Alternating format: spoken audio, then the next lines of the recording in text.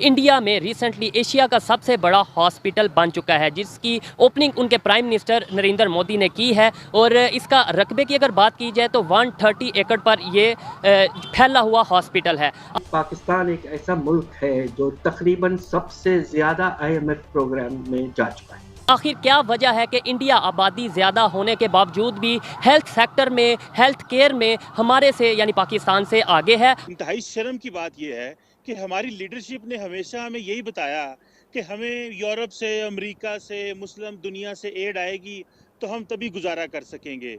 IMF के पास जाए कि हमें बेल आउट दें, कर्जा देना है, कर्जे के लिए पैसे चलाएं और हम बैठ के रोते रहें। इंडियन बेसिकली मेडिकल फील्ड में वैसे भी जो है ना बहुत ज़्यादा प्रोग्रेस कर रहे हैं, और मेरे ख्याल में इंडिया उन कंट्रीज़ में है कि बहुत ज़्यादा अपनी इकॉनमी में जो है ना अपने हेल्थ सेक्टर पे इन्वेस्ट करता है। आने वाले वक्त में जो पाकिस्तान ऑलरेडी फूड शॉर्टेज पे जाएगा, उसको सबसे ज्यादा फूड का इशू आएगा। कि इंडिया जो कि हमारा हमसाया मुल्क है, यहाँ से लोग वहाँ पर इलाज करवाने जाते हैं। जी। ठीक है, वहाँ पर अगर दुनिया के हवाले से बात की जाए तो पाकिस्तान से बेहतर निज़ाम है हेल्थ का, और उधर आबादी हमारे से ज़्यादा है, आपको पता है 6 गुना ज़्यादा आबादी है। फिर भी हमारे से बेहतर निज़ाम कैसे है, क्या वजह? उसकी वजह यह है कि हमारे हुक्मरान बिल्कुल करप्ट हैं। बीमारी ऐसी चीज़ है, जब दर्द होगी ना किसी को तो वो कहेगा मैं किसी दुश्मन से भी, किसी से भी इलाज करवा लूँ।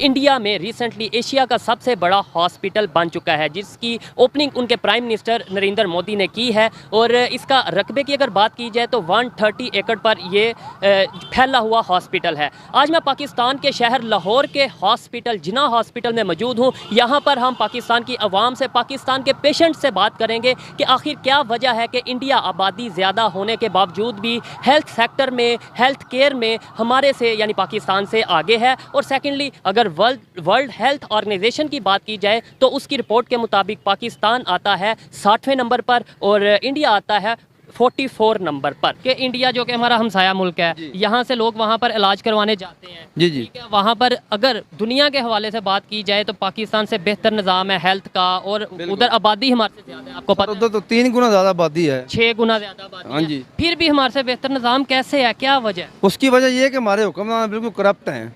ये जो भी कुछ आता है अपनी जेब में डाल लेते हैं। अब देखो उन्होंने बिल कितने कितने भेजे हैं। बीमारी एक ऐसी चीज़ है, बीमारी ऐसी चीज़ है, जब दर्द होगी ना किसी को तो वो कहेगा मैं किसी दुश्मन से भी, किसी से भी इलाज करवा लूँ। तो अगर आपको इंडिया या किसी मरीज को इंडिया जाने की यहाँ से हो तो वो क्या जाएगा वहाँ पर इलाज करवा? सर जाएगा, ऐसे हालात में बिल्कुल जाएगा। वो जो अंदर दर्द बर्दाश्त नहीं बर्दाश्त होती है और वो बदतमीजी से बात करते हैं।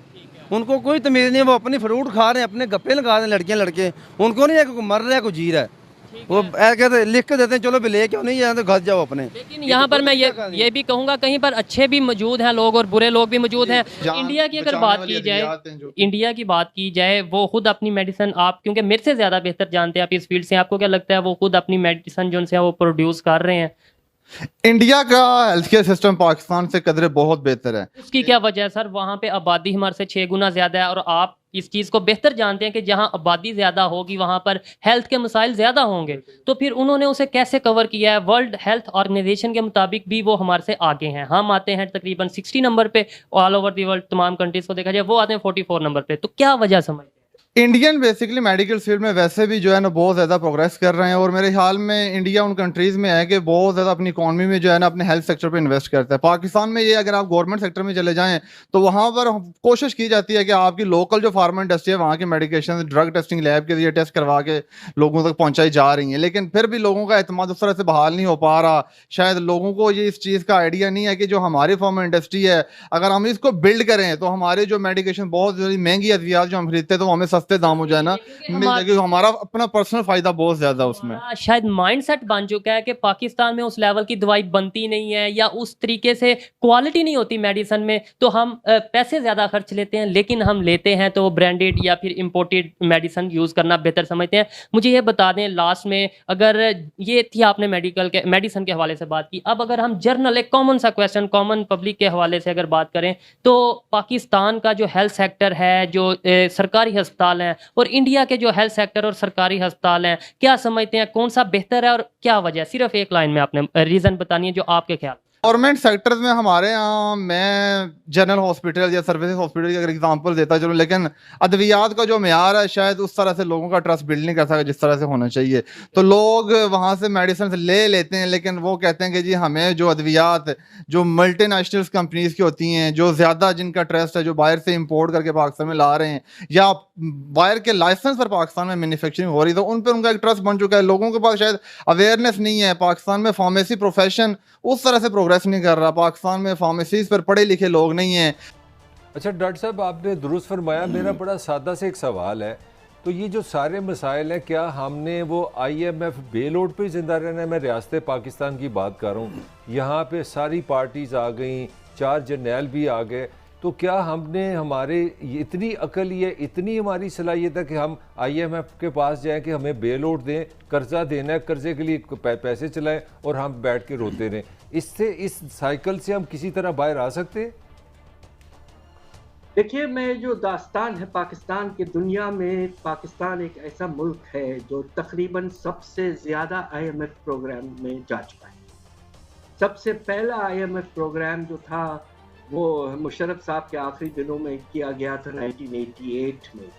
उसके बाद में आज हम 23वें प्रोग्राम में मौजूद हैं। अब आप ये सोचिए कि तकरीबन 35-40 साल के रेंज में तकरीबन हर दूसरे साल पाकिस्तान IMF प्रोग्राम में जा चुका है। इसके बरक्स हिंदुस्तान एक ही दफ़ा गया है और बांग्लादेश 3 मरतबा। हमारे साथ मसला ये है कि हम कोशिश ये करते हैं कि मुश्किल जो डिसीशंस हैं, अब आप देखिए कि आप कर्जे का जो पैमाना है वो आसमान तक जा चुका है। इस साल हमारे कर्जों का लेवल 130 अरब डॉलर तक पहुंच चुका है और इस साल हमें कर्जों की वापसी पर 21 अरब डॉलर देंगे।